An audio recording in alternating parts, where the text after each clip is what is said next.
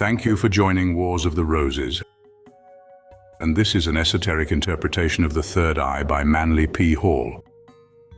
An article taken from PRS Journal, Volume 19, Number 1, Summer 1959.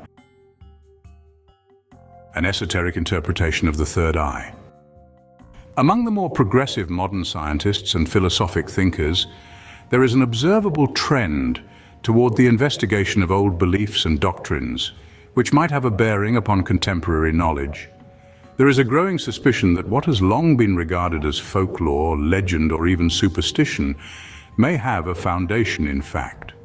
Psychology has contributed considerably to this attitude, with its emphasis upon archetypal pressures revealing themselves symbolically in and through our daily conduct. It appears reasonable that certain ideas cherished by many peoples, descending as part of the cultural heritage of mankind, are worthy of examination and should be discarded only if and when actually disproved. Ancient priests and scholars, reflecting upon the intellectual functions of man, affirmed that if a person were able, through his sensory perceptions, to contact the outer world around him, there must also be some faculty of interior power, an appropriate mechanism by which he could inwardly apperceive or apprehend things. In other words, as the eyes were organs of exterior awareness, there must likewise be other eyes, those of the soul or mind, or of the emotions, by which it is possible to be conscious of realities beyond the perception of the ordinary senses. This seems to be the burden of early Christian teachings. For example, in St. Luke 11:34, we read, "The light of the body is the eye, therefore when thine eye is single, thy whole body also is full of light." Although this statement is susceptible of an ethical interpretation implying one-pointedness of enlightened purpose, there is much in the sacred writings to indicate a deeper or more special significance. We can trace this in comparative religion and in the symbolism associated with the human eye in China, India, Egypt, and other areas. The Egyptians regarded the hieroglyph of the open eye as a symbol of deity, and from them this concept has descended to most Western peoples. The hieroglyphic device of Osiris, the most important deity of the later Egyptians, was an open eye, suspended above an empty throne chair. These people also had amulets or talismans in the form of an eye, known to them as the Eye of Horus, the hero son of Osiris, and these were worn as charms against evil. At an early time also, the eye became a glyph for the sun, and is still so used among astronomers. It has been simplified, however, to a dot placed in the center of the circle. This suggests in simple form the structure of the eye, with the iris as the circular field and its central aperture as the dot in the middle. Occasionally, the solar or eye symbol was placed within an upright equilateral triangle, this triangle being the first letter of the Greek word for God. This combination appears frequently in religious ornamentation. Sometimes the Hebrew letter Yod, shaped like a small flame, is substituted for the central dot. The upright triangle and the all-seeing eye appear on the reverse of the Great Seal of the United States. In this case, the design hovers above a pyramid, forming the apex. Among Eastern peoples, the third eye motif appears upon likenesses of deities and among Hindu caste marks. The caste mark is usually worn on the forehead, directly above the bridge of the nose. In figures of Buddha, a jewel is often placed in this position, or occurs slightly higher in the hairdressing or crown. Another interesting element is added in the Egyptian law.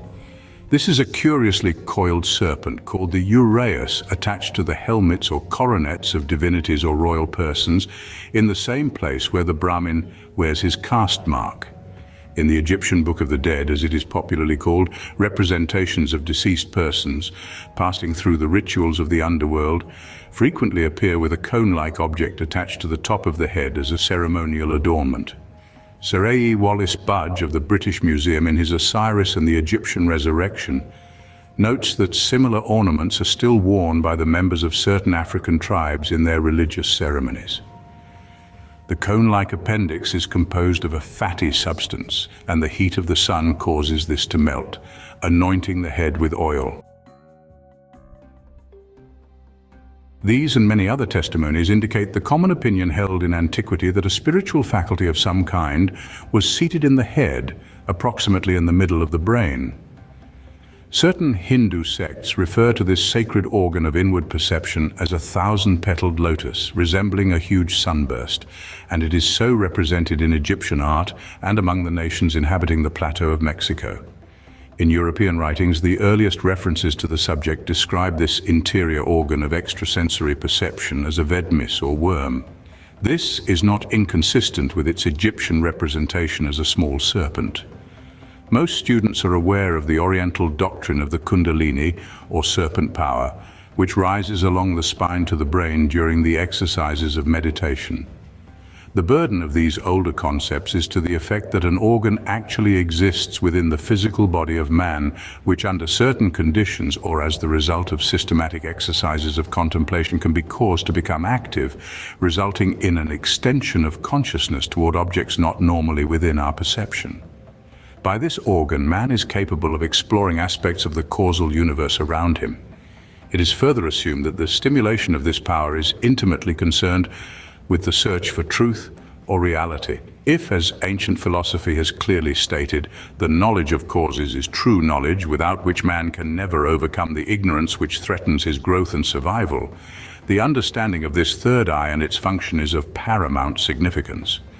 Researchers in the field of extrasensory perception have already revealed that some persons are naturally endowed with a kind of sensitiveness by which they can acquire certain precise knowledge by means which cannot be explained according to our prevailing concepts of mental function. A few years ago, this idea would have been rejected by conservative scientists. But today, highly respectable institutions with increasing popular support are becoming highly sympathetic to the subject of extrasensory perception, ESP. Involved in the rising tide of curiosity are such subjects as foreknowledge of coming events, psychometric contact with objects and persons, telepathy, discovery of concealed articles, clairvoyance, clairaudience, and clairsentience. These are closely related phenomena, and it is no longer possible to explain them as productions of fraud or delusion. Under scientific control, experiments and records derived therefrom are resulting in the accumulation of irrefutable proof that the human being does possess faculties beyond those used in the normal processes of living. It may be no exaggeration to say that some of these processes are more commonly employed than we suspect, and have been ignored because we do not pause to analyze the workings of our minds and emotions. Following the thought of the ancients, we come to the researches of the French philosopher René Descartes, 1596 to 1650. According to his speculations, if the human spiritual part of man had any residence whatsoever in the body, it almost certainly resided in that small gland in the brain which we now call the pineal gland. This gland was not only the channel of man's spiritual insight, but also controlled very largely the distribution of consciousness throughout the body. Even today, we know very little about the function of the pineal gland. We know that its name was suggested because its shape resembled that of a pine cone. We also know that the thyrsus or scepter of the god Bacchus was a rod entwined with grape leaves and surmounted by a pine cone. This is further important when we realize that the pine tree, its cones, the rosin which came from this tree, and the sprig of evergreen associated with it, have always been immortality symbols, signifying the victory of the spiritual life over the mundane state. Consciousness itself is associated with insight. We generally interpret this word to mean keen discernment or understanding. It is also, however, properly associated with intuition and, according to the dictionary, means immediate apprehension or cognition. The very structure of the word suggests inner sight or sight turned inward. Usually, insight is regarded as resulting from certain educational procedures by which we gain an intellectual understanding of our internal structure or of the abstract circumstances surrounding visible or objective conditions. It is clear that by insight, the ancients implied a direct, personal, conscious participation in spiritual fact, or the exploration, by the direct use of our own higher faculties, of states or conditions about which we now have merely opinion or hearsay. We also observe the general drift in the sensory development of the human being from the obvious toward the more subtle powers of his consciousness. It may therefore be held that the process which we broadly call evolution, or the continuous unfoldment of life through nature, may result in the gradual activation of the extrasensory perceptions. The rapidly increasing interest could well lead to research which could open the entire field and its potentials. Nature is forever compensating, and a gradual but noticeable change is taking place in our visual processes and visual needs. There is much to indicate that the human eyes were not intended for the highly specialized work and strain to which they are now subjected. The eyes were not structured for close work, but rather for the surveying of broad perspectives. The normal functions of primitive man gave the eyes adequate exercise without subjecting them to severe stress and strain. With the invention of reading and writing, and the increasing use of artificial light, the hours of visual activity were lengthened, and the focal range correspondingly restricted. Hundreds of generations of mortals lived and died without glasses, nor is blindness especially prevalent among people living in a primitive social state. If the present trend continues over a long period of time, nature may indicate the essential reason for the creation of humanity through diminishing the present powers of the eyes and replacing them with an organ of universal cognition. If such should occur, it would seem that Providence has provided for this emergency, and that a rudimentary organ of consciousness will be available when the proper time comes. The records of human experience unite in testifying that at some time in the remote past, human beings did possess faculties beyond those commonly exercised today. History retreats into miraculous accounts of visions, foreknowledge, and communion with invisible beings, divine or elemental. How shall we explain the prophets of the Old Testament, the miracles of world teachers, and the sacred myths of our ancestors? Are we justified in insisting that these are all imaginary reports? Or should we face the possibility that they are faithful accounts of natural powers once possessed by humanity? It is convenient to deny what cannot be explained in terms of our prevailing opinions, but denial solves nothing if it is contrary to reason and experience. The old Eastern records imply that man lost his spiritual perceptions through his symbolic fall or descent into a state of materiality. As he became more involved in the mysteries of physical nature around him and the responsibilities of his own physical survival, he ceased to exercise his more subtle faculties. By degrees, the symbolic third eye went to sleep, with the result that the relationship between the individual and the divine world in which he existed was lost to his awareness, and he was indeed cast into aloneness or isolation. He turned his attention to physical concerns, depending upon them for all that was necessary for his continuance. His inner vision did not perish, but his processes became latent, awaiting the time when his natural growth would make the restoration of his extrasensory gamut indispensable to his progress. If these faculties once existed, it is therefore conceivable that they could reappear in part or to a degree in various persons. As yet, Western man has devised no method by which these faculties can be cultivated or intensified. It has been the custom, therefore, to test various persons as to their natural ESP range and to select for experimentation purposes those showing the greatest ability. It is only one step, however, from this point to the inevitable conclusion that any faculty or power, the existence of which can be determined, is susceptible of development and cultivation. Here we must carefully divide between symbolism and the truth or principles for the symbols stand. We naturally associate a third eye with the idea of visible cognition. In other words, that the stimulation of clairvoyance means a clear seeing as we understand the word sight. In this we could be wrong, for experiments seem to point to a quality of clear knowing, that is, sight, in the intellectual meaning of the word. When a person understands a difficult problem, he may exclaim, "Now I see." He really means, "Now I apprehend or experience as a direct personal knowing." This does not preclude the possibility of an interior visualization of superphysical things, but present experiments seem to indicate that the interior faculties bestow a spontaneous acquaintance with fact, with or without visualization, most often without. ESP, cognition, is not dependent upon the visual faculty. It is not merely a refinement or extra sensitivity of the eyes. Awareness, for example, is possible when an object is placed behind the back of the person, in another room, or even further away. Nor can we be sure that it involves mind reading, which has been advanced as a difficult solution to a more difficult problem. Extra cognition can occur in the dark, where the eyes are useless, and most important of all, may occur without the knowledge of the subject.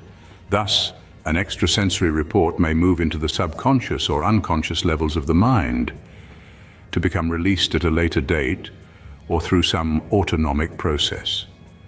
We have learned from this that man can know without knowing that he knows, or being consciously aware of what he knows.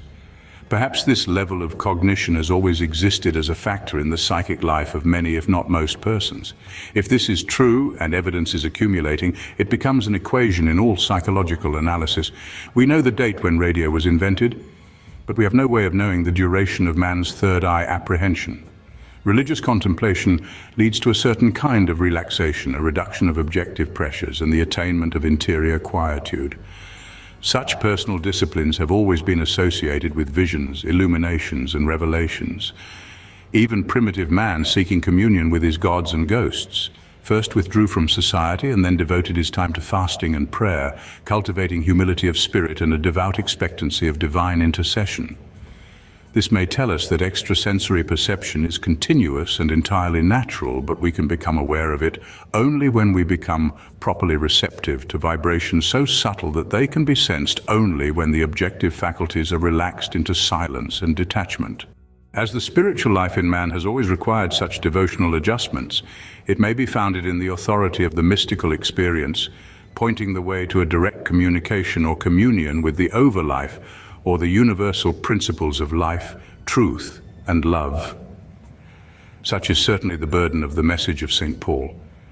There is a certain amount of danger in attempting to stimulate extrasensory perception by artificial means. If one phase of consciousness is developed apart from the total growth of the individual, internal conflict is likely to result. What we refer to as the spiritual life of man is not within the common experience of the average person. He may hold certain convictions and be devoutly sincere, and still be unable to cope with an unfamiliar situation requiring a new and higher level of insight or understanding. Assuming that interior vision is a reality, we must approach the unfoldment of such vision according to the laws of natural evolution. Claircognizance should be regarded as resulting from a normal growth of faculties, not as an exceptional or mysterious power involved in magic and mystery. Magnetic fields. Symbolical diagram representing in upper sphere the egoic center in man, central sphere the magnetic field of the heart, lower sphere the radiation of energy around the pineal gland. The proper stimulation of the third eye is intimately bound to the cultural progress of the human race.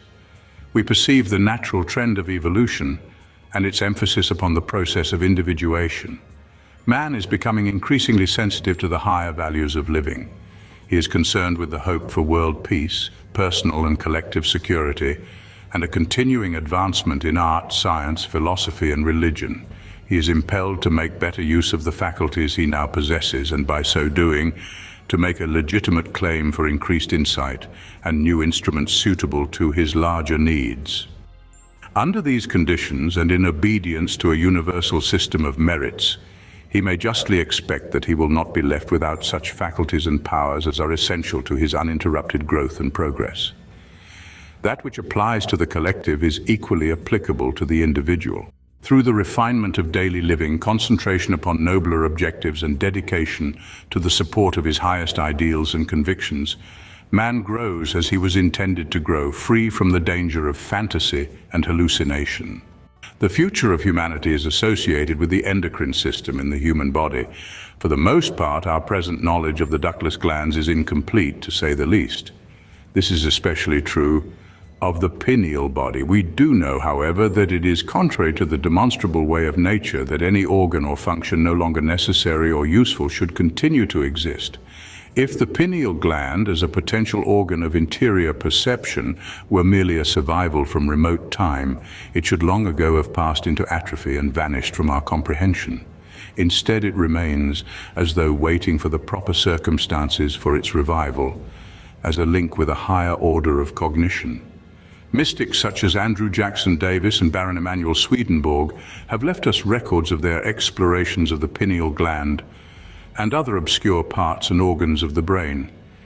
Even if we are inclined to be skeptical about psychical observations, we cannot deny that their findings are in harmony with the traditions of thousands of years bearing on this subject. We have not isolated the seat of intuition, yet there must be some means by which it can be conveyed to our objective minds. We must assume that there is a link between conditioned mentality and consciousness per se. If we gradually realize also that the person inhabiting the body is an entity having a separate existence, we must establish the points of contact between the entity and the body. Research indicates that such contact is particular and not general, that it is possible because of some structure provided by nature. This bridge must also bear impulses moving in two directions. It must convey certain external experiences and observations from the body to the person by an interior route, and it must also carry the messages of the entity to its objective physical personality. At present writing, no one seems to have improved upon Descartes' explanation, and he in turn is in harmony with the most exact findings of Yoga, Vedanta, and Mahayana Buddhism. If we are willing to assume that certain persons have so intensified their own insight that they are able to validly explain the process as it has occurred in themselves, we must likewise accept their description of the structure and function of the third eye. They have generally held that this faculty can be observed only by the use of its own powers and can be understood only by the very insight which it bestows. To digress for the moment, experimentation with drugs has indicated that the perceptions of man can be artificially stimulated for a short time. While this procedure is not to be recommended, it does tell us that unless a faculty existed, it could not be stimulated either naturally or artificially. Drugs will cause a kind of mystical experience, tending to reveal unsuspected sensitivities and perceptual processes. For example, ordinary objects, particularly living things, flowers, plants, birds, and animals, become strangely luminous and emanate auras of pulsing light. It has long been held in religious symbolism that sanctified persons were surrounded by such fields of luminosity. This is preserved in art in the halos and the nimbi associated with saints. If such light does exist, and many persons claim to have seen it, it can be perceived only by a stimulation or growth of existing optical faculties, or by another kind of eye which may be appropriately called a third eye. In the Nordic mythology, Odin, the father of the gods, desiring to know his own future and the fate of the world, descended to the roots of the tree of life to consult ancient Mimir, the personification of memory. Mimir appeared as a great face amidst the roots of the Yggdrasil tree, and below the face was a deep pool wherein lurked all things that could be remembered. When Odin asked for divine insight, Mimir commanded that the god should pluck out one of his own eyes and cast it into the pool of memory. Odin immediately did so and was rewarded with all knowledge except one particular. He could not know his own fate. Here again is the mystery of the eye single, and a potent reminder that man must sacrifice his polarized vision in order to attain divine knowing. According to Buddhism, this would mean that the human being must transfer his center of consciousness from the diversified objectives of his physical sensory perceptions to a unified inner core. He must in some way turn his attention from those many objectives which are not real or enduring or satisfying to his total nature, and become one-pointed or of single purpose in the investigation of his own inner life. The single eye is the eye of the over-self, the Cyclopean eye of the Greeks. With both eyes, man looks into a world of uncertainties and is continuously perturbed. With the single eye, he perceives a world of reality in which his fears and doubts are immediately and completely dispelled. Essential knowledge can then be known in its substance. The invisible causes of things are apparent and understandable, and uncertainties are dissolved by an inner light which illuminates the dark areas of life and living. Thus, beneath ancient fables, there is almost certainly an eternal fact, ever useful. To become convinced of this is to act according to such conviction. This, in turn, may well result in the restoration of man's inner vision, nature's solution to the dilemma of an imperfect and incomplete culture, built only upon visibles, in a universe suspended from and sustained by invisible principle. Thank you for watching, and please don't forget to share, like, subscribe and comment, and if you can please consider donating to Wars of the Roses. Links to PayPal and Patreon are in the description. Thank you so very much.